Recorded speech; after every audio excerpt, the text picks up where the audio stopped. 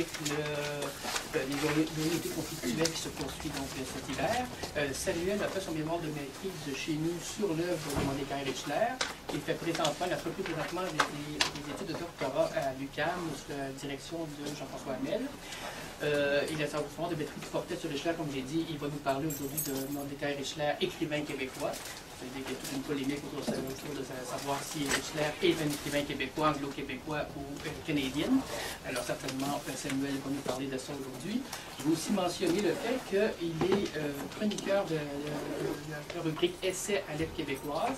Il a commencé à publier aussi à Spirale, bientôt un texte Liberté, donc son nom commence à circuler, on commence à le lire dans les revues littéraires et para-universitaires, j'ai toujours de para-universitaire au sens de paramilitaire. Et nous avons ici un bon... Non, on ne pas mis ça. Alors, sans plus tarder, je lui cède la parole.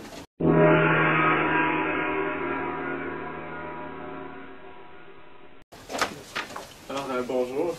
J'espère pouvoir réussir à démêler cette question-là. Mordecai-Richler, écrivain québécois, donc j'étais un peu racoleur dans mon titre. C'est une question extrêmement complexe. Un article de Louis Hamelin paru il y a 2 semaines dans les pages du Devoir s'en prenait à la biographie de Mordecai-Richler par Reynold Kramer. Dans son texte, Hamelin évoquait la nécessité pour un biographe de faire la part des choses entre l'homme et ses écrits, en prenant pour exemple Louis-Ferdinand Céline. Je passe rapidement sur la pertinence de rapprocher les réflexions de Richler sur le nationalisme québécois au pamphlet antisémite de l'auteur de Mort à crédit. C'est un peu gros. N'empêche, l'aspect intéressant dans le texte d'Hamelin est le chemin qu'il emprunte pour rejeter le travail de Kramer. En effet, Hamelin insiste sur les inexactitudes que le biographe emprunterait à son sujet, Richler, ou du moins à son style pamphlétaire, et justifie ce fait en écrivant « Ceux qui reprennent ces vieilles rengaines semblent encore aujourd'hui incapables d'apprécier le fait suivant. Entre le Québec ensoutané et pétainiste de l'an 40 et celui qui va un jour flirter avec Alger et Cuba, un événement, la Révolution tranquille, a transformé le nationalisme québécois. L'entreprise de décolonisation va engendrer un courant de pensée plus progressiste que ne le sera jamais le socialeux velléitaire d'Ibiza. » Vous aurez compris que le socialeux velléitaire d'Ibiza est Richler. Hamelin repasse donc par un récit progressiste de l'histoire du Québec pour remettre en question le travail de Kramer. Il continue plus loin en associant la figure de Richler à l'establishment canadien, trudeauiste et embourgeoisé, qui constituerait le premier obstacle à l'avènement d'une Jérusalem nouvelle à Québec, où la SSJB serait un groupe de gauche et tous les électeurs du PQ d'ardents lecteurs d'Albert Memmi. Bon, je me fous un peu de la gueule d'Hamelin ici, mais il faut tout de même retenir une chose de toute cette histoire. C'est que les conceptions de l'œuvre richlérienne au Québec sont associées à une conception de la nation, et que les pratiques de lecture qui en découlent sont récurrentes dans l'histoire de la réception de Richler du côté francophone. C'est ce que j'aimerais montrer aujourd'hui. Qu'il s'agisse de rejeter l'œuvre ou de la rapatrier, le fonctionnement est sensiblement le même. Tout au plus, base-t-il sur une conception différente de l'être québécois qui évolue au fil du temps pour en arriver aujourd'hui à un point où, hormis quelques textes du genre de celui d'Hamelin, l'auteur semble plus que jamais en voie de consécration par les médias et la critique. Avant de commencer, j'aimerais spécifier que la présente conférence est tirée de mon mémoire de maîtrise intitulé « Des nouvelles de l'ennemi », qui a été fait sous la direction de Martine-Emmanuel Lapointe et qui a été déposé à l'Université de Montréal. Le mémoire fera, si tout va bien, l'objet d'une publication sous forme de livre et certains des éléments de la conférence d'aujourd'hui devraient se retrouver sur papier. De même, pour ceux qui y étaient, la réflexion entourant ce travail a été amorcée avec une conférence donnée dans le cadre de l'ACFAS en 2010. Et certains exemples tirés de cette conférence reviennent aujourd'hui sous une forme augmentée et approfondie. Si vous avez l'impression de déjà vu, c'est possible, mais c'est un travail différent. C'est donc un plaisir pour moi de boucler la boucle, et j'espère bien que la question de l'histoire de la réception québécoise de Mordecai-Richler sera réglée une fois pour toutes, après que j'ai parlé, histoire de passer à autre chose, comme par exemple les Richler et non pas ses critiques. L'histoire des lectures de Mordecai-Richler au Québec francophone est récente. Bien que l'auteur ait connu le succès au Canada anglais et beaucoup plus modestement aux États-Unis et en Angleterre, dès l'apparition de The Apprenticeship of Dudley Kravitz en 1958, il demeure pratiquement inconnu au Québec francophone jusqu'à la fin des années 70. Toute périodisation comporte bien sûr une part d'arbitraire, mais afin de mieux comprendre les différents moments des lectures francophones de Richler au Québec, Il convient de séparer cette réception en 3 temps. D'une part, la période qui s'étire de 1954 à 1977 pourrait être qualifiée de période canadienne-anglaise, où la critique richelierienne est essentiellement abordée dans une perspective de littérature canadienne. Par la suite, la période allant de 1977 à 2001 voit une réaction très forte de la critique et des médias québécois aux polémiques suscitées par Richelair. Puis, à la mort de l'auteur, en 2001, il est possible de voir un repositionnement de la critique qui donne lieu aux lectures actuelles des romans. Je tenterai donc aujourd'hui d'expliciter les enjeux de ces différentes périodes, car malgré leur nom, les textes de réception réutilisent pas moins, pour la plupart, les mêmes mécanismes argumentatifs. Richler va publier son premier roman, The Acrobats, en 1954. Celui-ci va passer relativement inaperçu. Il faut attendre l'apparition de Son of a Smaller Hero en 1955 pour voir apparaître une réception significative en Angleterre et au Canada. Son of a Smaller Hero sera en effet très bien accueilli par la critique britannique qui y voit un portrait intéressant de la communauté juive montréalaise. La critique canadienne-anglaise sera quant à elle beaucoup moins positive. Je vous ai mis ça en point 1 dans votre exemplaire. Question de ne pas trop vous laisser distraire par mon merveilleux accent en anglais. C'est des gens qui n'en ont pas à l'arrière aussi. C'est pas utile. Vous voulez faire passer à l'arrière? Oui. In Canada, reviewers were less forgiving. The Montreal Star called the novel a distasteful story about a blindly selfish young man of limited intelligence who succeeds in reducing all those around him to rubble. The Toronto Telegram dubbed the book tawdry and completely unimportant, while a Jewish paper in that city declared that if all Montreal Jews were as horrible as Mordecai Richler, pity the poor town. The Globe and Mail dismissed it as violent and noted that it would hardly do anything to further the interests of the Jewish race. His Jews were a grasping and frequently dishonest bunch for whom nobody could feel much sympathy. Donc, bien que Son of a Smaller Hero constitue le point de départ des lectures critiques de Mordecai Richler, le véritable événement marquant en matière de réception anglophone demeure The Apprenticeship of Doddy Kravitz. Le roman paraît chez André Dirge en 1959 et connaît aussitôt un succès important au Canada, aux États-Unis et en Angleterre. Malgré tout ce bruit, l'œuvre de Richler va demeurer relativement confidentielle au Québec francophone. A Choice of Enemies, 1957, est traduit au Seuil, déjà en 1959, donc à Paris. L'apprentissage de Doddy Kravitz va paraître l'année suivante pour sa part chez Julliard. La critique canadienne-française reste muette sur la parution de ces livres. Il faudra attendre la fin des années 60 pour voir apparaître les premières réactions de ce côté. Donc, Naïm Katan consacre, par exemple, un épisode de Des livres et des hommes, en 1969, à Son of a Smaller Hero. Bien sûr, le sujet est surtout traité dans une perspective d'études canadiennes. Les deux spécialistes invités sont des professeurs de littérature anglaise. Dans cette émission, Katan souligne le travail de Richler sur les tensions entre modernité et tradition qui existent au sein de la communauté juive. Le terme « existe » est important ici. Donc, Katan récidive en 1969 également avec un article publié dans la section « Lettres canadiennes-anglaises de liberté ». Dans cet article, Katan fait la critique de The Street. Encore une fois, la réflexion est centrée autour de la communauté juive réelle. En faisant référence à la biographie de Richler, Katan va d'ailleurs confondre dans son article le narrateur de The Street et l'écrivain Richler comme tel. Donc il va parler de lui comme de Richler, ce qui est tentant, mais qui on sait, on ne doit pas trop faire. Les critiques montrent en quoi le livre témoigne de la situation des Juifs du Myland. C'est en ce sens qu'il va écrire, c'est votre deuxième exemple. On s'attendrit facilement sur son enfance. On prête à des hommes et des femmes déjà disparus des qualités qu'ils n'avaient pas. On embellit des maisons sordides. Le mérite de Richler, c'est de ne pas tomber dans cet écueil. La rue Saint-Urbain des années 40 présente des aspects de misère, mais on y trouve tous les ingrédients de ce monde de prospérité qui allait naître quelques années plus tard. En ne prêtant pas au personnage de The Street des qualités qu'il n'avait pas, je cite, Richler réussit donc, selon Katan, à coller de plus près à la réalité. C'est un détail qui est important pour le critique puisqu'il dénonce un peu plus tôt l'aspect caricatural de certaines œuvres de Richler. De même, lorsqu'il écrit « Et sa volonté de comprendre et d'aimer gagne, on ne trouve aucune trace des ressentiments de Doddy Kravitz, même si celui-ci est évoqué dans plusieurs chapitres de ce livre. Il reprend les reproches formulés par la presse canadienne-anglaise au sujet d'une communauté juive mal dépeinte par un personnage aussi avide de richesse et fourbe que Doddy Kravitz. En s'adressant ici à un lectorat francophone, Naïm Katan met de l'avant un portrait qui juge juste de la communauté juive réelle. C'est donc dans son rapport à l'autre que le critique envisage l'œuvre richlérienne. L'aspect central du jugement esthétique étant fondé sur la justesse supposée de la représentation de la communauté juive au lecteur francophone.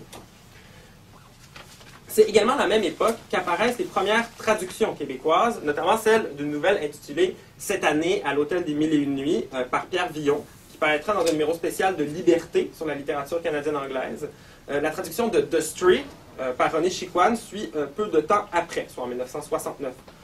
L'avertissement qui précède cette traduction est d'un grand intérêt en ce qui a trait à la réception.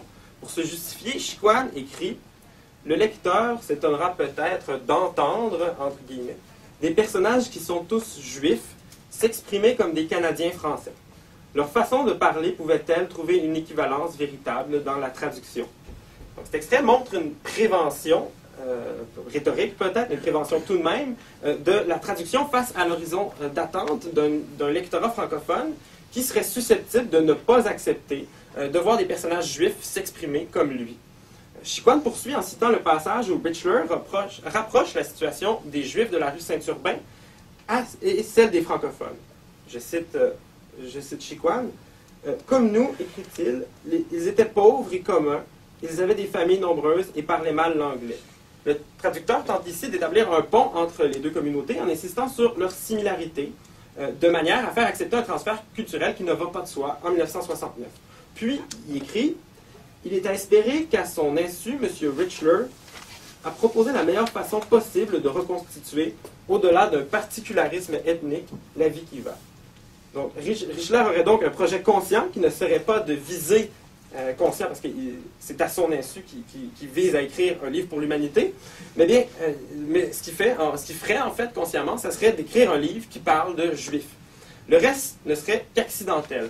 René Chicoine prête donc des intentions analogues au portrait social qui balise le jugement esthétique de Naïm Katan. L'aspect particulièrement intéressant de ces premiers exemples de réception au Canada français est que la plupart des critiques négatives de la période 1977-2001 en étendront le modèle. Avant d'en arriver à ce point, il convient toutefois de rappeler que les critiques de Richler, malgré les quelques exemples cités ici, sont peu nombreuses dans cette période de 54 à 77 et demeurent le fait d'une poignée d'auteurs.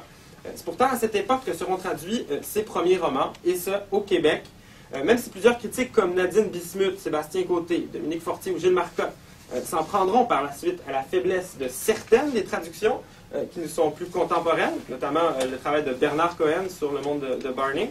Il est difficile d'attribuer le peu d'intérêt pour le travail de l'auteur à de mauvaises traductions ou à l'absence de traduction. Quelques années après les exemples que j'ai cités, vont suivre des traductions par Jean Simard de Son of a Smaller Hero, Mon père ce héros en 1975, et L'apprentissage de Doddy Kravitz en 1976.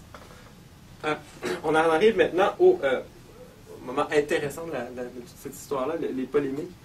Un des lieux communs de la critique richlérienne contemporaine est d'attribuer à l'activité polémique de Richler la raison d'une absence de lecture des romans de l'écrivain. Nadine Bismuth et Dominique Fortier écrivaient d'ailleurs dans leur préface à Un certain sens du ridicule, qui est paru au Boréal en 2007. Mordecai Richler, l'un de nos plus grands écrivains, demeure aujourd'hui encore méconnu au Québec. Malentendu qui s'explique par deux raisons. La première, c'est le personnage richlerien, polémiste iconoclaste, qui aime la controverse et se plaît, notamment en ce qui a trait aux lois linguistiques québécoises, dont il a fait ses choux gras, à multiplier les déclarations à l'emporte-pièce. Je ne vais pas citer la deuxième raison, parce qu'il est question des traductions. Je viens juste d'en parler, donc je ne parle pas de cet aspect-là de la réflexion de Bismuth et Fortier. Ce qui m'intéresse, c'est plutôt l'idée d'un personnage richlérien, d'un auteur qui aurait joué le rôle de l'ennemi public, se faisant, empêchant la lecture de ses romans. C'est ça qui est l'objet de mon analyse, en fait, cette situation-là. Comme il en sera question dans cette section, il serait faux de dire que les polémiques de Richler n'ont pas eu d'impact sur la réception de son œuvre au Québec francophone. Pourtant, et c'est ce que je tente de montrer ici, c'est plutôt à partir de ces polémiques que l'œuvre richlérienne entre véritablement dans l'imaginaire québécois. La date de 1977 a posé comme une frontière un peu artificielle entre la période canadienne-anglaise de Richler et sa période de bouc émissaire, est significative parce qu'elle marque la parution dans les pages de The Atlantic du premier article de l'auteur au sujet du séparatisme québécois à avoir du retentissement au Québec. Il est toutefois possible de voir la structure de l'argumentaire qui se construira contre Richler dès la publication d'un texte intitulé « Une rue Saint-Urbain que je ne reconnais pas » dans les pages de la presse en 1974. Dans cet article, Serge Dussault reproche au film The Apprenticeship of Dudley Kravitz de Ted Kotcheff d'être trop international et de ne pas avoir su montrer la rue Saint-Urbain telle qu'elle est véritablement. Il en profite au passage pour souligner le plus grand intérêt d'œuvres authentiquement québécoises, comme Il était une fois dans l'Est, préféré par le jury de Cannes, dit-il, à The Apprenticeship of Dudley Kravitz. Dussault écrit « Je ne retrouve de chez nous que la petite québécoise du film, Micheline Langto, fille de chambre dans un hôtel, dont va s'éprendre le héros, Richard Dreyfuss, et un couple de vieux paysans qui refusent de vendre à des Juifs. » Donc, un peu à la manière de Catane ou de Chicoine, Dussault établit une distinction entre un « eux » juif et un « nous » québécois. Pourtant, là où le film pose problème, selon le critique, c'est que le portrait qui en est fait est trop édulcoré, internationalisé. Cette idée de rater la réalité québécoise revient dans la plupart, pour ne pas dire la presque totalité, des critiques adressées à Richler. Il n'y a bien sûr pas question de roman dans le présent exemple, mais l'angle d'attaque de la critique commence à prendre forme. Il faudra attendre les premières polémiques pour voir augmenter le nombre de ces réactions. L'influence de l'article de 1977 dans The Atlantic se fait d'ailleurs sentir dans la critique que Michel Nadeau fait de Joshua Then and Now. Il profite d'ailleurs de sa lecture du roman pour glisser « Canadian Forum avait raison, récemment, de noter les vertus de romancier de M. Richler, mais la pauvreté de son jugement politique, qui est apparu à plusieurs reprises lors du débat sur la loi 101 dans Maclean's Atlantic. » Encore une fois, selon Michel Nadeau, Richler passe à côté de la réalité québécoise. Il s'agit d'une raison suffisante pour justifier un jugement esthétique. Gil Scott reprend d'ailleurs le même reproche dans sa critique du roman. Je cite, « Le héros sympathique mais extérieur aux luttes, à la vie, à la culture québécoise, ne tient plus debout désormais. Richler ne l'a pas assez compris. Il est resté libéral et le résultat est précisément du folklore. » Le romancier aurait donc le devoir de rendre compte d'une réalité qui a changé, de participer au mouvement de libération francophone. Cette position extérieure de Richler sera reprochée au roman de manière beaucoup plus acerbe au fil des polémiques. André Bello ira même jusqu'à intituler carrément un article « Monsieur Mordecai Richler est un parfait salaud » en 1983. La structure de l'argumentation qui est érigée contre l'œuvre de Richler se perçoit bien dans une critique adressée à l'auteur dans un article de Jean-Étier Blais. Dans ce texte, le critique écrit à propos de Naïm Catane, je crois que je vous l'ai mis dans votre exemplaire, celui-là, je l'ai mis en entier, je le sais là. Donc, Étier Blais écrit « Il est venu ici accomplir une mission qui est de faire la découverte de soi dans un rapport essentiel avec les autres. Ces autres, ce fut d'abord le Québec, à l'époque où nous nous tardions d'être Canadiens-Français. » Étier Blais établit de cette manière-là une distinction entre Catane, un juif séfarade, et les Québécois. Un peu plus loin, il va écrire « Les numéros successifs du bulletin juif de langue française qu'il dirigeait, rédigeait, répandait ont permis à de nombreux Québécois de voir pour la première fois le monde juif montréalais en face. » Donc l'aspect positif de l'œuvre de Catane, selon Étier Blais, serait d'avoir un juif qui parle de juifs aux Québécois. Par contre, il profite au passage pour reprocher à Richler l'image déformée et à forte consonance raciste que donnent de nous les romans de Mordecai Richler. Donc, il existe un groupe québécois, un « nous », auquel Richler, comme Catane d'ailleurs, n'appartient pas, selon Étier Blais, et il va reprocher, par conséquent, à l'auteur de parler de « nous » alors qu'il est autre, qui n'en fait pas partie, et qui se trompe. De même manière, Gilles Marcotte concède dans un article de 1991 à propos de Solomon Gursky Was Here qu'il s'agit du plus grand roman jamais écrit au Canada, toute ethnie confondue. L'ensemble de sa critique est toutefois centré sur une opposition entre une lecture non affective et une lecture qui serait fondée sur son expérience en tant que Québécois. Je cite, « Je demande ce qui fait que, dans le système Richler, je, en tant que Québécois, etc., n'arrive pas à exister, à apparaître, à être vu. » Donc, encore une fois, la critique s'articule autour de ce « nous ». Derrière le « je » de l'extrait suit immédiatement la parenthèse « en tant que Québécois, etc.», renvoyant l'idée d'une identité collective que Richler raterait. Plus loin, Marcotte parle même d'un roman qui fait mine d'ignorer nos attaches sociales et nationales les plus nécessaires. Pourtant, il s'agit du même Marcotte, qui écrivait en 1976. Il s'est donc passé quelque chose que nous n'avions pas prévu et qu'aujourd'hui encore nous n'avons pas complètement assimilé. Le roman au Québec est plus abondant, plus riche, mieux écrit, plus habile dans ses jeux formels qu'il ne l'a jamais été. D'autre part, il semble plus éloigné que jamais de la tâche que nous lui avions confiée de rendre compte, sur le mode de la comédie humaine, des articulations essentielles de notre histoire collective. Donc pour Marcotte en 91, cette tâche d'avoir à rendre compte de la réalité québécoise, si elle ne concerne plus les auteurs québécois, semble s'appliquer encore à l'anglophone qui écrit sur le Québec. Le critique termine toutefois son article sur Richler en concédant « On ne lit toujours que de l'étranger. Lire, ce n'est pas se confronter dans le même, c'est s'écarter, accepter de ne pas se reconnaître, de n'être plus reconnaissable. » À ce titre, le Solomon Gursky de Richler offre aux Montréalais francophones un des plus rudes et des plus utiles exercices de lecture qui soit. Marcotte concède ainsi que sa lecture est aussi et surtout affective. Fait intéressant et jusqu'alors inédit en ce qui a trait à la critique richlerienne. Il avance que le caractère inconfortable de cette lecture, la rencontre de ce qui est autre, peut revêtir un aspect bénéfique. Il reviendra plus en détail sur celle-ci en 1997. Mon exclusion, je plaque ici mon identité collective, culturelle, sur mon identité personnelle, et c'est là une opération qu'intellectuellement, je n'approuve pas. Mais vous aurez sans doute déjà compris que je plonge résolument, avec peu de précaution, dans les marécages de la sentimentalité ethnique. Donc, comme c'était le cas pour la littérature anglo-québécoise, dans son article, Neil Bissondat disait, le critique est conscient de la part de parti pris qu'implique son analyse de Richler.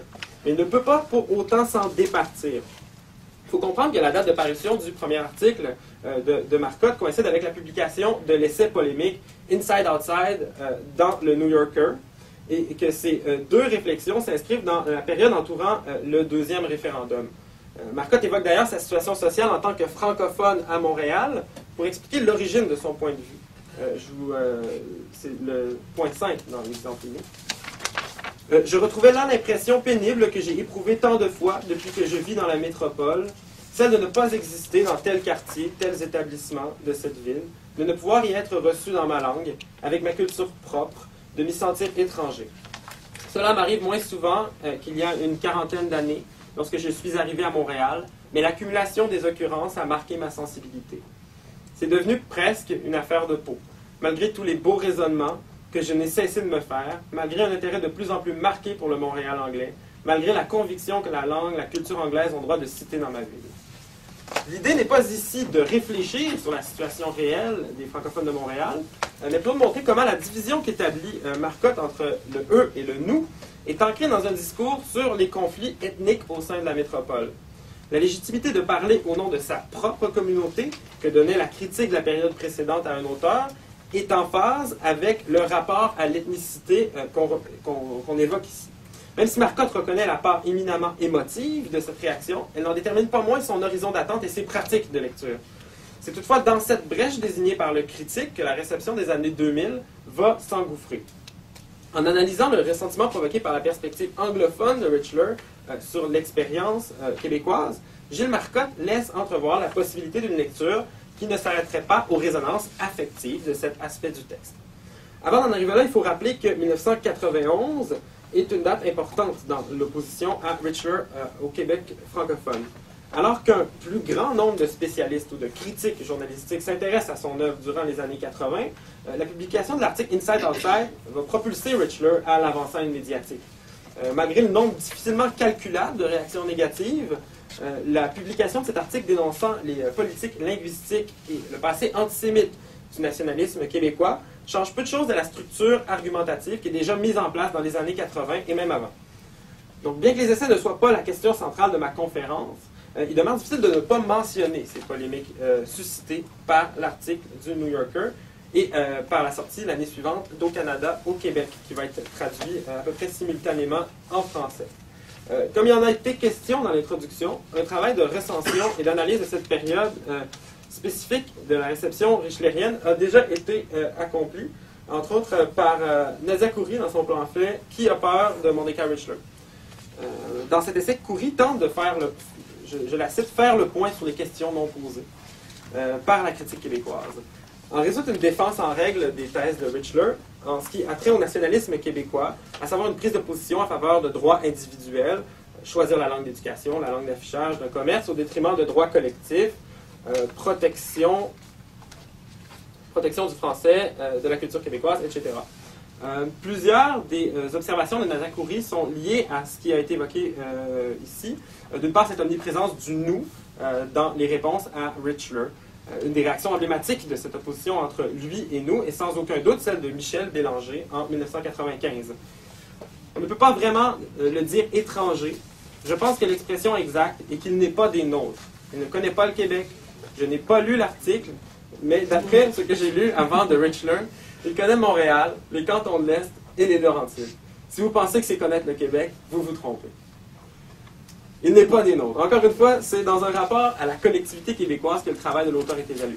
Si Richler se trompe, c'est qu'il ne fait pas partie de la famille et qu'il n'a donc pas la légitimité nécessaire pour commenter la situation politique du Québec. D'autre part, le travail de Khoury amalgame lecture de Richler et dénonciation du nationalisme. C'est un pamphlet. C'est dans ce sens qu'elle va récupérer les romans de l'écrivain.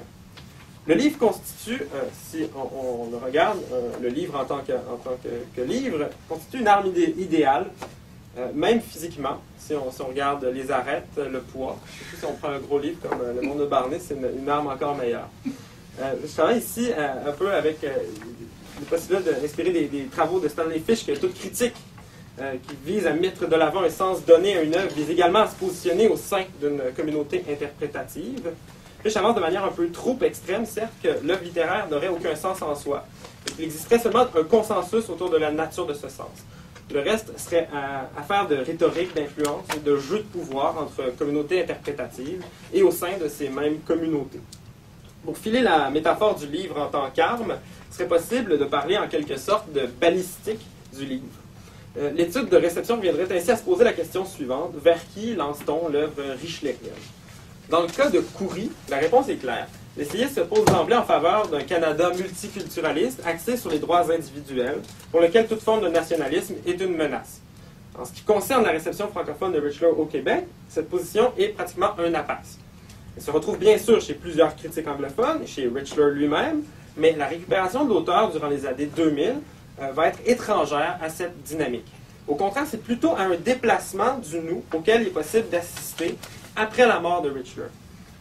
Cette récupération est cependant loin d'être innocente et se construit elle-même à l'encontre d'une critique centrée sur un être québécois qui disqualifierait de facto un écrivain parce qu'il n'est pas assimilable par ses propos ou ses origines au nous. Il faut toutefois nuancer l'arbitraire de la périodisation. Malgré le nombre phénoménal de réactions négatives à l'article et à l'essai, il est à noter que quelques critiques prendront position en faveur de l'écrivain, ou du moins ne vont pas le rejeter dans les mêmes termes que l'immense majorité de ceux qui se sont prononcés sur le sujet à l'époque. Leurs réactions sont particulièrement intéressantes en ce sens qu'elles présentent déjà tous les traits de ce qui deviendra un peu plus tard l'argumentaire majoritaire de la critique francophone. Jean Barbe, par exemple, reprend avec ironie en 1992, dans les pages du Voir, le discours de réception de l'essai de Richler. D'ailleurs, les lieux de publication des deux textes que je vais citer ne sont pas anodins. Ça, c'est dans le Voir, qui est en 92, c'est quand même un truc encore underground. Et l'autre texte est dans Spirale. Donc, je vais commencer par le texte de Barbe. Par contre, Denise Bombardier, condamnée à payer une amende parce qu'elle a traité un psy de pédéraste, c'est une atteinte aux droits de la presse. Mais Denise et le psy, c'est des nous autres. Tandis que Mordecai Richler, c'est un eux autres. Nous, on a le droit de dire ce qu'on veut du Québec, mais eux autres, non. Ils sont supposés nous trouver fins. Après tout, ils sont nos invités, non? Ils auraient intérêt à être polis avec leurs autres, sinon. Sinon, 3 petits points. C'était très mal joué. Je ne suis pas acteur.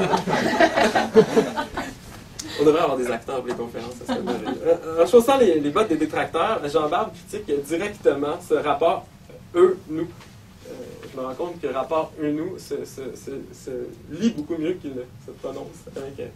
Peu importe. À la base de la critique richelieuvienne. Le commentateur ne laisse pas tomber le nous pour autant. Si nous ne voulons pas voir l'image que nous renvoie le miroir de Mordecai Richler, miroir déformant, il est vrai, mais miroir tout de même, je suis en train de citer Jean-Barbe, c'est peut-être que nous en avons honte. Donc, le changement se situe ailleurs que dans cette utilisation du nous dans le texte. Celui qui était reconnu comme autre devient désormais un révélateur des torts de la majorité. Il permet de se voir et de se comprendre. Pas question ici non plus de remettre en cause l'existence d'une collectivité à laquelle une œuvre ou un essai devrait rendre des comptes pour mettre de l'avant une figure de libre penseur. L'article de Jean-Barbe témoigne plutôt d'un déplacement de la légitimité qui faisait défaut à Richler pour les critiques précédentes, lorsque l'auteur traitait de sujets touchant à la communauté francophone. Dans la même veine, Dorval Brunel conclut un article de 92, aussi publié dans les pages de Spirale, de 92 aussi, pardon. Bref, je vais citer sa conclusion. Bref, pour tous ceux que le cirque constitutionnel n'amuse plus, pour les amateurs de prose noire, pour ceux qui savent tenir le rire quand c'est deux contre lui, pour ceux-là, le petit livre de Richler est un godsend, comme on dit dans l'autre parlure. Cet extrait travaille toujours autour de la fracture eux-nous, mais l'autre sert, comme dans l'article de Jean-Barbe, à révéler les torts de la majorité, l'antisémitisme d'une partie de l'élite nationaliste. Dès lors, il est possible de voir en quoi Richler se révélera, par son côté polémique, sa force d'épouvantail, une arme des plus redoutables contre une critique centrée autour d'une vision étroite de l'appartenance nationale. Ce détail n'échappe d'ailleurs pas à quelqu'un comme Gilles Archambault, qui écrit en 1998, écrit pour se plaindre, « On a tellement peur de passer pour nationaliste étriqué qu'on se laisse bafouer sans rien dire. Mordecai Richler peut éructer les pires insanités dans la presse américaine. On l'excuse en prenant en compte son ironie innée. » Donc, en écrivant cela, Archambault scelle en quelque sorte le débat. Il y aurait d'un côté une critique antinationaliste et de l'autre une critique nationaliste, non étriquée d'après lui, qui devrait prendre position contre les polémiques richelieuviennes. Évidemment, on a tellement peur, c'est seulement de la rhétorique, parce qu'il ignore la prolifération des réactions négatives aux propos de Richler. Il témoigne tout de même de l'argumentaire qui est en train de se mettre en place et de la transition qui se prépare. Il faut toutefois attendre la mort de Richler pour que cette transition se réalise plus concrètement. Les années 80 ont vu apparaître plusieurs changements dans la manière de concevoir la littérature au Québec. Comme Pierre Neveu l'avançait dans l'écologie du réel, il faut toujours citer Pierre, c'est à cette époque quand la littérature conçue comme un projet fondé sur une mémoire collective et une visée totalisante se sont substituées la pluralité, la diversité, la mouvance des textes. Très belle phrase. Pourtant, alors que certains célèbrent la littérature migrante et l'entrée de nouvelles altérités dans le corpus francophone, il semble beaucoup plus difficile d'admettre au sein de l'expression littérature québécoise une œuvre comme celle de Richler. C'est donc en tant qu'auteur autre qui sera jugé par la majorité.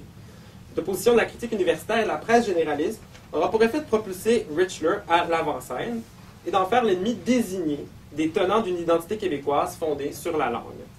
La polémique permettra par conséquent à Richler de prendre une place dans l'imaginaire québécois, même si c'est celle d'un antagoniste, d'un bouc émissaire ou d'un ennemi public. On en arrive bientôt à la fin. Après les séries de polémiques qui marqueront les années 90, le nombre de références à Richler dans la presse et dans les revues spécialisées va faiblir. C'est avec la mort de l'auteur en 2001 que les réactions redeviennent importantes en quantité.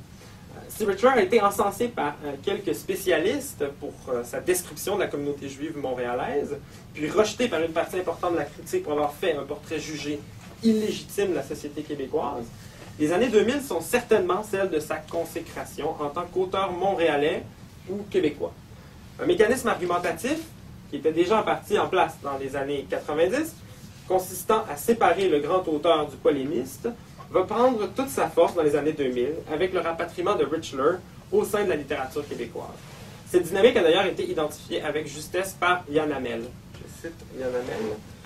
Les critiques opposent artificiellement ces deux facettes de l'homme, ce qui leur permet de rendre hommage aux romanciers sans pour autant cesser de vilipender l'essayiste.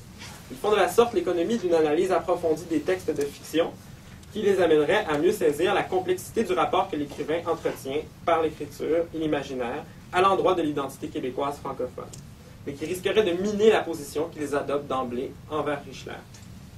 Donc, en effet, comme le souligne Hamel, cette dichotomie auteur d'un côté, polémiste de l'autre, se retrouve de manière quasi systématique dans la presse généraliste. Yves Boisvert écrit, par exemple, son œuvre romanesque lui survit, quoique plus silencieusement, et elle vivra plus longtemps que ses essais. Bruno Roy, président de l'UNEC, dans des propos rapportés par la presse, expliquait de son côté, il faisait l'unanimité sur deux points, la grandeur de son œuvre et le fait qu'il était un polémiste redoutable. Gérald Leblanc intitule un article « Remarquable romancier et féroce manche franco-québécois ». Tandis que Jeanne Corriveau avoue qu'au-delà du polémiste, Mordecai Richler figurait parmi les grands écrivains québécois. C'est pas anodin. Il ne s'agit que d'un petit échantillon, mais suffisant pour voir à quel point cette division artificielle entre l'auteur et ses essais est répandue. C'est néanmoins par cette mise de côté d'une partie de l'œuvre que les romans peuvent faire leur entrée dans le canon de la littérature québécoise. Déjà, quelqu'un comme Corriveau parle d'écrivain québécois, un mot qui est pas anodin, comme je le dis, pour un auteur qui a été auparavant qualifié par la critique francophone d'écrivain juif ou canadien-anglais. Les exemples de ces rapatriements de l'œuvre richlérienne sont multiples. Dans les pages de Lettres québécoises, Francine Bordelot écrivait en 2001, c'est l'exemple 7, « Aux yeux de Mordecai Richler, juif né à Montréal en 1931, les Québécois, en plus d'être francophones, avaient le tort d'être antisémites. Non, nul n'a oublié les sorties de l'homme, son absence totale de nuances, son incompréhension de la situation québécoise, mais il fallait bien reconnaître aussi qu'avec lui disparaissait l'un de nos plus grands écrivains, un maître de la fiction, doublé d'un polémiste exceptionnellement doué. » Donc, l'opposition, nous, qui a marqué toute la critique richlérienne jusqu'au début des années 2000, s'estompe dans cet hommage, comme dans plusieurs autres qui rapatrient les romans de Richler sous l'insigne littérature québécoise. C'est d'ailleurs assez flagrant dans cet exemple-là, parce qu'elle va commencer, si on y retourne, c'est qu'elle commence en faisant la dichotomie qu'on a vue dans les premières réceptions, c'est-à-dire en faisant de lui, bon, un eux autres, pour prendre l'expression de Jean Bart, c'est-à-dire un juif né à Montréal.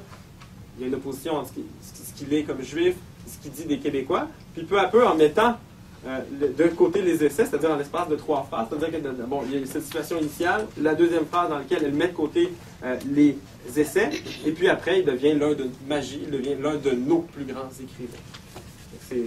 On voit très bien comment se fait cette mise de côté des essais dans ce petit extrait de Bordeaux. D'autres éléments montrent l'inclusion de l'œuvre richlérienne au canon de la littérature québécoise durant cette période. D'une part, la parution de 2 de ses œuvres dans la collection Bibliothèque québécoise chez Fidesz va signaler ce changement-là. L'objectif de la collection étant de, je cite, proposer un panorama de la littérature québécoise dans toute sa force et dans toute sa diversité. L'inclusion de Richler dans ce corpus d'œuvres majeures du Québec est significative.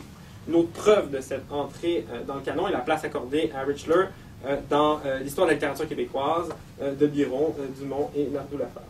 Finalement, le nombre croissant de critiques provenant du milieu universitaire témoigne lui aussi d'une institutionnalisation, en quelque sorte, de l'auteur. Plusieurs indices montrent donc un rapatriement de l'œuvre richlérienne par la critique québécoise, du moins par une partie importante de celle-ci. Dans une série d'articles consacrés à l'auteur au fil de ses chroniques dans les pages du Voir, l'écrivain Nicolas Dickner laisse entrevoir une explication. Dans un article de 2007, l'auteur de Nikolski va avancer de manière ludique, il faut signaler quand même, que Mordecai Richler aurait été le plus grand romancier québécois. Il fonde son affirmation principalement sur 2 éléments. Le personnage, Richler, et la montréalité de son œuvre. Ces éléments, quoique intéressants, sont sans doute moins révélateurs que l'affirmation qui les précède. Je cite Dickner, « C'est plutôt le découpage des littératures par nationalité qui constitue, à la base, une convention idiote. » Dickner s'en prend donc directement à une critique fondée sur un être québécois pour mieux mettre l'œuvre richelierienne de l'avant. Dans un article subséquent, il formulera plus clairement sa position. Je cite Dickner encore une fois. « Je m'étonne d'ailleurs que les nationalistes n'aient pas encore songé à réclamer Mordecai Richler, à l'intégrer au sein de notre littérature, non seulement en qualité de Montréalais, mais en tant que Québécois. Le « nous », toujours présent, dévoile ici ses nouveaux contours, prêt à inclure un auteur anglophone. Mais la première partie est claire dans son appel aux nationalistes. C'est eux qui auraient mis de côté Richler et qui se trompent. À partir de ce point, il est possible de voir se dessiner la conclusion de mon étude balistique. Si Richler est mis de l'avant, c'est précisément parce qu'il a été l'ennemi désigné des nationalistes, ayant cherché à repousser une œuvre parce qu'elle provenait d'un autre, et que cet autre n'avait pas la légitimité nécessaire pour mettre en scène le Québec.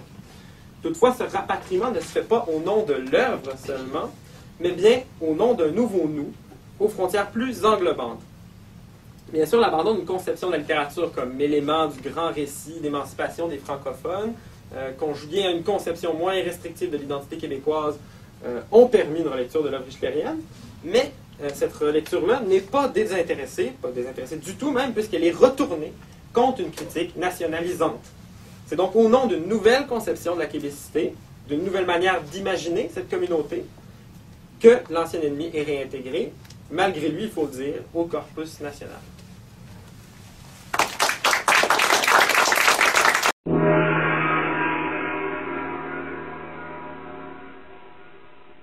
Des questions, des commentaires. Également, non seulement dans ce cas-ci, si le rapport problématique de Richler à la critique québécoise est un cas uniquement de loyauté conflictuelle ou de compétition déloyale. On a l'impression que la critique québécoise qui a envie parfois l'œuvre magistrale de Richler voit dans lui un compétiteur déloyal parce qu'il y a la langue anglaise qui travaille déjà pour lui. En fait, on pourrait peut-être aller de ce côté-là. Mais qu'est-ce qui m'a frappé dans ta communication, c'est qu'on a l'impression là, que le Québec a réussi quelque chose par rapport à Ottawa, c'est-à-dire Ottawa a réussi à rapatrier la Constitution sans l'accord du Québec. Il faut se venger, le Québec a rapatrié Richler sans son consentement. Alors, on ne peut pas rapatrier autre chose, mais au moins rapatrier Richler. Et puis, alors, non, mais c'est juste pour dire que c'est tout à fait dans le filon de genre de questions qu'on se pose dans ce séminaire informel. Donc, sans plus tarder, je vais laisser les gens de la salle commenter ou poser des questions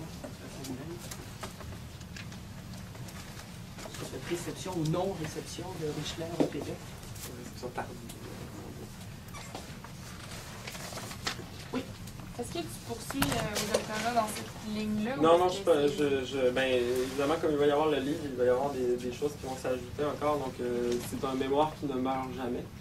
Je suis pas dans cette ligne-là. Tu réglais le code pour tout aujourd'hui, puis là tu passes à autre chose. Ben, c'est parce qu'en fait, c'est ça, c'est parce que l'aspect qui est bizarre un peu, c'est que je parle des lectures de Richler, mais là, je ne sais pas si vous avez remarqué, je n'ai lu aucune ligne de Richler dans toute cette présentation. Et puis, c'est particulièrement, c'est parce que, en fait, ces choses-là, à mon avis, c'est question de les mettre au clair, mais il y a quand même quelque chose d'assez paradoxal dans le fait de choisir Richler pour faire un exemple, si on veut, d'une nouvelle identité québécoise. Au sens où les romans richlériens, en eux-mêmes, présentent des rapports beaucoup plus complexes et assez problématiques à l'identité que ce qui va être fait par ces critiques-là. Puis c'est là que la lecture de Richler peut devenir intéressante pour répondre à ça.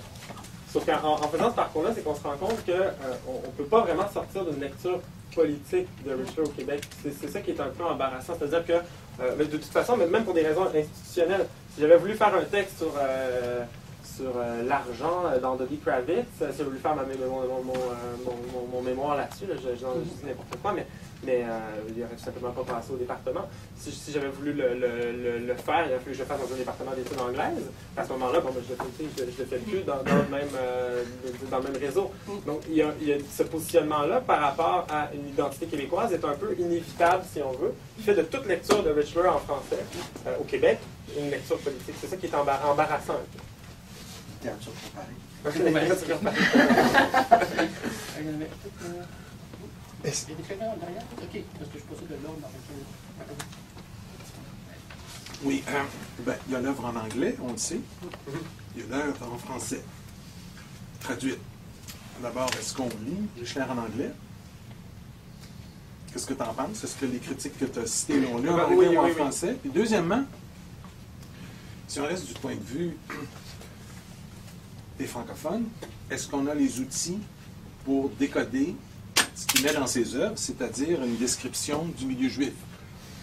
Essentiellement, la plupart du temps, est-ce que les francophones, à l'époque que tu décris ou jusqu'à aujourd'hui, peuvent aller chercher dans l'œuvre le sens autre que celui canadien-français?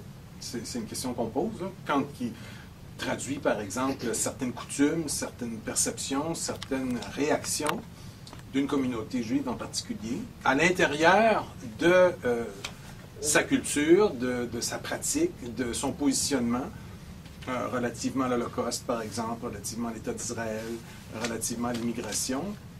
Est-ce que tu as l'impression que les critiques avaient les outils pour lire ça? C'est-à-dire, pour les outils culturels,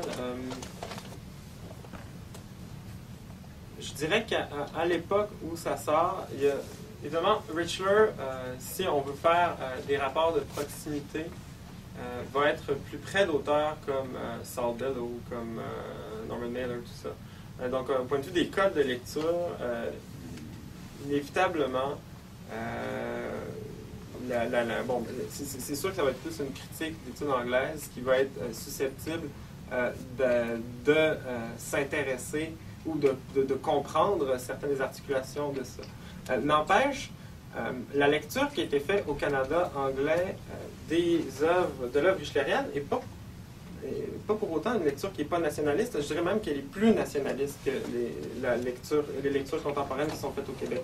C'est-à-dire qu'on va prendre Richler comme un merveilleux exemple de toute la beauté de la mosaïque canadienne et qui nous parle, qui nous montre des beaux juifs du Myland qui sont un peu pittoresques finalement, ou qui montrent des tensions par rapport à leur canadienneté, ou des choses du genre. Alors que Richler travaille, à mon sens, puis ça, je travaille par exemple dans le mémoire sur Son of a Smaller Hero, puis dans Son of a Smaller Hero, une des questions centrales du texte, c'est justement ce rapport-là à la judéité, c'est-à-dire de ne pas vouloir faire un roman juif, de ne pas vouloir qu'on parle de lui comme d'un juif, de ne pas vouloir être seulement un juif, de vouloir être un être humain. Donc, d'être pris avec le fait qu'il ne peut pas se sortir de cette condition, que toujours les autres vont le percevoir comme un juif, ou que toujours il va rester avec son héritage, mais qui peut pas, mais qui veut pas être ça, qui veut parler au monde, qui veut faire une œuvre pour le monde. Fait que dans ce sens-là, de le lire comme un romancier juif, c'est un peu le lire à contresens. Comme le lire comme un écrivain québécois serait de le lire à contresens. Parce que, central dans l'œuvre de Richler, ça va du début de son œuvre à la fin. Là, ça va dans Barney's version, c'est la même question. Barney contre tout. Il se moque des gens qui ramassent des sous pour Israël, il se moque des nationalistes, des Canadiens qui font des danses avec les Esquimaux. Je veux dire, c'est littéral. Là, je veux dire, et encore là, il y a la question des origines qui se pose. Il ne peut pas s'en sortir, mais il veut faire une œuvre qui parle à tous. Donc je pense qu'il n'est pas juif dans son écriture. Je ne pourrais pas dire que c'est une écriture typiquement juive, ça me ferait mal. Mais ça me ferait mal. Parce que je trouve que c'est une pente glissante. C'est-à-dire que est-ce qu'un écrivain, quand il s'assoit, va dire « j'écris un roman juif », j'ai de la difficulté à identifier comme ça, à dire qu'il y a une littérature qui serait typiquement juive. Puis je trouve que la pente est tellement glissante, j'ai pas envie de toucher à ça. Ce que tu as dit, par contre, qui est dans la réception, c'était qu'il a été mal reçu par les Canadiens français, par le Canadien anglais, mais par le milieu juif aussi. Oui, exactement. Tout le monde est. C'est le même problème, surtout au début, parce que rapidement, quand il va avoir du succès, la communauté juive va le reconnaître plus, mais au début, ils vont dire, ils parlent de nous comme des monstres. Je ne sais pas si tu as lu l'entretien qu'il y avait avec André Baudet dans l'Impossible, dans 91-92, une revue éphémère, il y a eu seulement 2 numéros. André Baudet a pris position pour Richler contre la réception francophone à l'époque. Et il a fait des entretiens assez longs avec Richler, et Richler dit « Je me suis mis à dos bien plus le lobby juif de Montréal que les francophones ou les anglophones. Et ça, on n'en parle pas, on en parle toujours comme si c'était l'ennemi public numéro 1 des francophones. Je trouve ça très intéressant, d'ailleurs, la citation de Baudelot, parce qu'il y a tellement du sous-texte là-dedans. que dit les Québécois, en plus des francophones, avaient le tort d'être antisémites, comme si Richelieu disait que le fait d'être francophone est un tort aussi, alors que dans la rue, c'est tout à fait le contraire. Il dit que les Juifs et les francophones avaient une chose en commun, ils avaient le même ennemi, c'était le WASP à l'époque, et ça, ils n'ont pas compris ça, ils n'ont pas fait front commun contre la culture anglophone dominante protestante au Québec. Ensuite, il s'est mis à dos les francophones, puis il s'est mis à dos aussi le milieu juif élitiste. Oui, c'est sûr que c'est surtout avec Dodie Kravitz.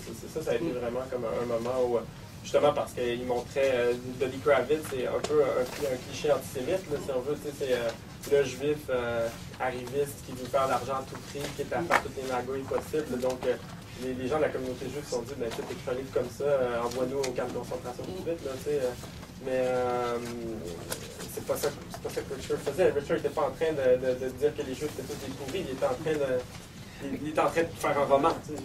Mais bon, ça a toujours été un peu ça.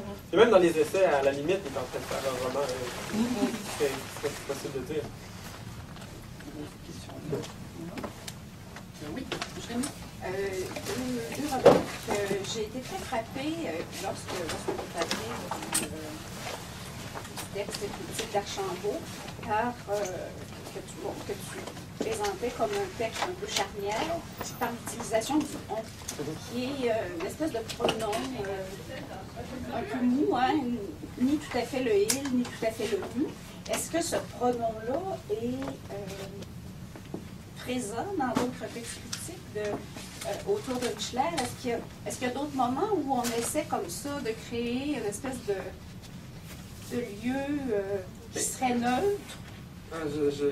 J'ai pas vu ça énormément. Ben, dans celui de Jean Barbe, évidemment, c'est un nous oralisé. Mais dans le cas d'Archambault, c'est parce qu'il pointe probablement explicitement les gens. C'est à ça à quoi ça ressemble, en fait. C'est-à-dire qu'on me dit j'ai pas le droit de dire telle chose, tout ça. Mais sinon, non, c'est assez peu fréquent. C'est surtout le nous qui ressort, qui est partout, là, partout. Et il fait que je le chasse de mon mémoire. Oui. Je ne sais pas faire ce que Et deuxième commentaire qui est aussi un peu une question. Dans la dernière période, bien sûr, on voit que la dimension montréalaise, la dimension de la montréalité apparaît comme un élément crucial. Mais peut-être que ce serait intéressant d'examiner comment les autres écrivains anglo-montréalais vont être un peu cooptés durant cette décennie-là. Hein. On donne des prix à David Solway. Il y a toute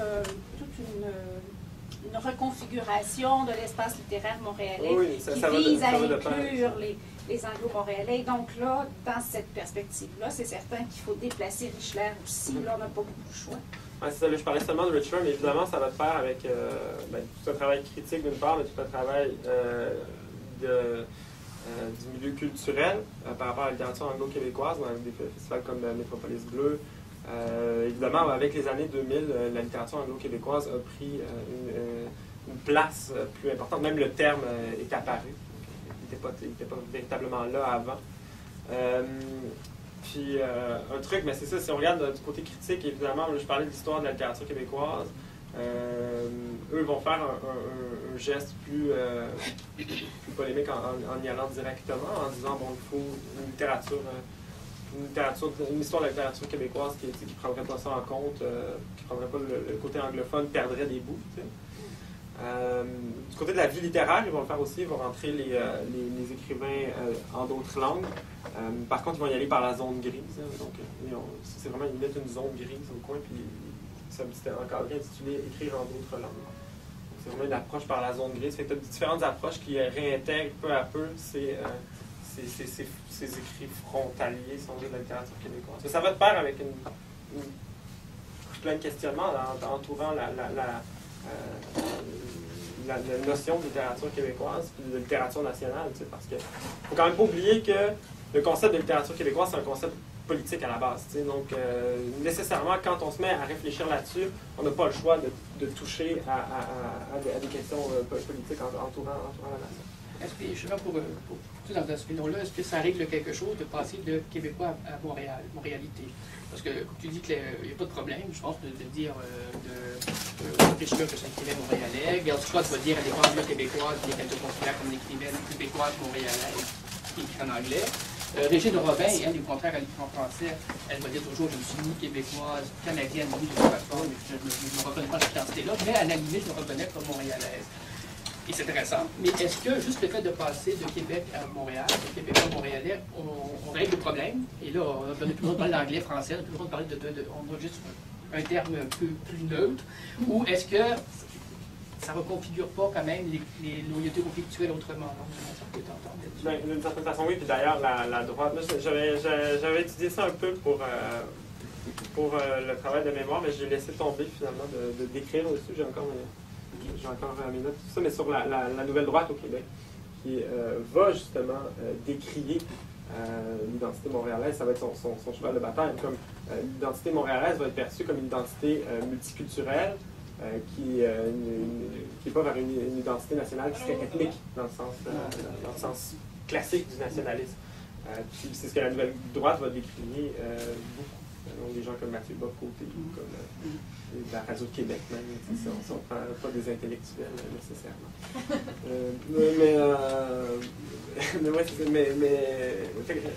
Donc on en arrive à une identité aussi montréalaise qui est aussi problématique. C'est parce que ce qui arrive, c'est que si on veut prendre une identité nationale qui ne serait pas ethnique, le problème, c'est que la question de la langue vient à se poser. Quand on parle de littérature québécoise, c'est est-ce qu'on la considère comme un ensemble étatique, c'est-à-dire qui serait balisé par des frontières, qui serait assez simple à délimiter encore là. C'est toujours problématique. Ou si on fait, par exemple, le DOL, justement, la position du DOL qui est vraiment intéressante par rapport à ça, le dictionnaire des œuvres littéraires du Québec, eux, ils ont décidé, ils font une espèce de somme, le DOL, donc ils ramassent sur tous les écrivains avec à travers le temps. Je ne sais pas si on est au tome 6, je crois. Tome 8. Tome 8? Mais là, on parle de 9. Dans le dernier tome, il parlait des critères d'inclusion. Il y avait 4 critères. Il fallait avoir 2 sur 4 critères. Donc, viser le Québec comme premier lieu de consécration, le fait d'un Québécois, avoir été publié au Québec, j'en oublie. Mais dans les faits, par exemple, Richler se qualifie dans 2 de ces critères-là.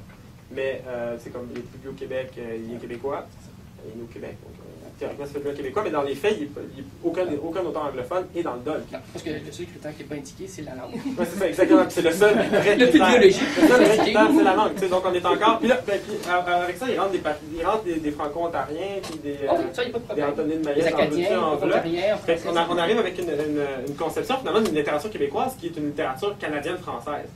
Donc, tu te dis, pourquoi le concept politique de littérature québécoise, c'est quoi sa validité?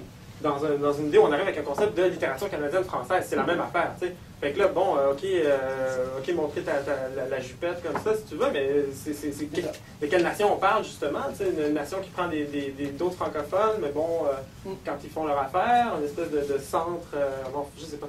J'ai beaucoup de difficultés avec ça. Mais... c'est ça, effectivement, parce que c'est le seul critère qui n'est pas indiqué, et pour cette raison-là, devient idéologique parce qu'il est masqué. C'est une histoire de la littérature canadienne-française. Simon. Merci beaucoup pour votre communication. À propos de l'œuvre de Richler, bon, il y a quelques années, j'ai écrit un livre qui a titre Attention, écrivain méchant. Et je m'étais posé la question, j'avais commencé à faire des recherches assez intensives au Québec sur les écrivains méchants. Je n'en ai pas trouvé. Il semble-t-il que nous sommes très gentils. Et il y avait Richler, dont je n'ai pas traité parce que je ne voulais pas m'embarquer dans cette histoire-là. Mais je me disais, l'œuvre de Richler me semble absolument troublante et intéressante, mais aussi pleine, je dirais, de cul-de-sac, dans la mesure où, si l'on pense à l'œuvre de Richler, on peut se dire, je crois aussi bien au Québec, au Canada anglais, qu'il a représenté un de ses écrivains méchants, c'est-à-dire un individualisme littéraire, d'imprécateur, de personnages qui, du haut de son narcissisme, condamne et puis en même temps fait dans une critique souvent extrêmement virulente. Mais il n'a pas été à la hauteur, bon, vous parlez de Meller, bon, de Philip Roth, ou surtout de Saul Bellow, qui correspond plutôt à sa génération, mais il n'a pas été à la hauteur c'est pas un reproche, mais c'est un souhait. Bon, d'autres écrivains comme Thomas Bernard ou V.S. Naipaul, comme si la situation canadienne, peut-être même plus que québécoise, l'avait obligé à tomber dans le folklore de la critique sociale, puis de la comédie sociale, de la comédie humaine, finalement. Donc, il y a à la fois cette aspérité qu'on trouve dans les essais, qui peuvent être insupportables ou pas, mais qui sont atténués dans les romans. Et je me disais, est-ce que la littérature québécoise, dans laquelle moi j'ai vu Richter, peut permettre l'éclosion d'écrivains méchants comme Richler l'a été en partie, si ce n'est que le provincialisme de la condition canadienne, parce qu'il y a un provincialisme canadien, c'est-à-dire Londres-Toronto, et Richler était à Toronto, a certainement fait en sorte que son œuvre a été lue de manière ethno et multiculturelle. Et au Québec, bien évidemment, il s'est frappé à la bourgade d'Astérix. Donc, il aurait fallu qu'il soit panoramix pour être adopté. Et ça, il n'a peut-être pas compris. mais en fait, est-ce que Richler serait un bon étalonnage d'écrivain méchant au Québec? Ce serait quoi être un écrivain baveux comme Richler, mais pour les générations à venir? On peut voir VLB aussi. VLB, oui. VLB en étant Oui, absolument. Même si je suis pas rarement d'accord avec les sorties de VLB, je les adore. À chaque fois qu'il y en a un, ça me fait toujours plaisir de le voir sortir et brasser un peu les cartes. Voir sortir les gens, c'est toujours intéressant, les polémistes pour ça.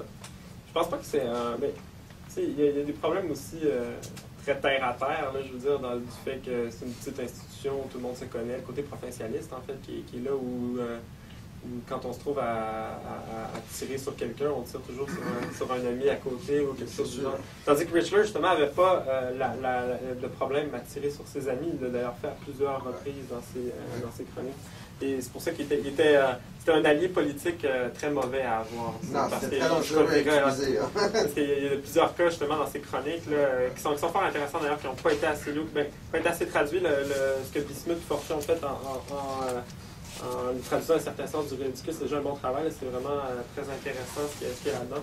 Et justement, on voit vraiment que Richler, quand il démolit, il ne va pas de main morte. Puis il change de position au fil des débats. Tu sais, au début, il trouve que Lévesque est un gars super intéressant. Il dit si j'étais québécois, je serais felkiste.